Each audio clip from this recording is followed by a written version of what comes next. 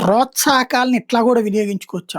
ఒక సంస్థ 10,000 కోట్ల రూపాయల ప్రాజెక్ట్ ప్లాన్ జేస్తే, 7,500 కోట్ల రూపాయలు కేంద్రం ఇచ్చేస్తుంది ఫ్రీగా. ఇది బెనిఫిట్ పొందింది మన కర్నూలులో ఇండస్ట్రీ పెడుతోంది. మన పునరుత్పాదక ఇంధనం అంటే ఈ పవర్‌కి వీటికి మన సోలారా, విండా లేకపోతే వాటర్ రీసైక్లింగ్ ఇట్లాంటి వాటితో తయారు చేసేటువంటి ప్రాజెక్టులకు సంబంధించి కర్నూలు జిల్లాలో బ్రూక్‌ఫీల్డ్ అనుబంధ సంస్థ ఏర్పరిచే హైబ్రిడ్ పునరుత్పాదక ఇంధన project rural electrification corporation REC record స్థాయిలో 7,500 కోట్ల ఆర్థిక సాయాన్ని సోమవారం ప్రకటించింది. ఈ ప్రాజెక్ట్‌లో భాగంగా ఆ సంస్థ 400 మెగావాట్ల సోలార్ విద్యుత్తు, 640 మెగావాట్ల పవన విద్యుత్ ప్లాంట్లు ఏర్పాటు చేయబోతోంది.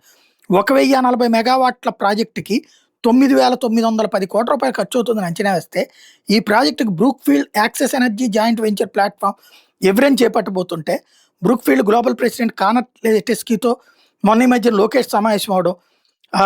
ఇప్పుడు ఆర్‌ఈసీ ప్రకటన ఇప్పుడేంటంటే ఏకంగా 7,500 కోట్ల రూపాయలు కేంద్ర ప్రభుత్వం ఇస్తోంది. అంటే ఇంత బెనిఫిట్ ఆళ్ళు పొందుతున్నారు.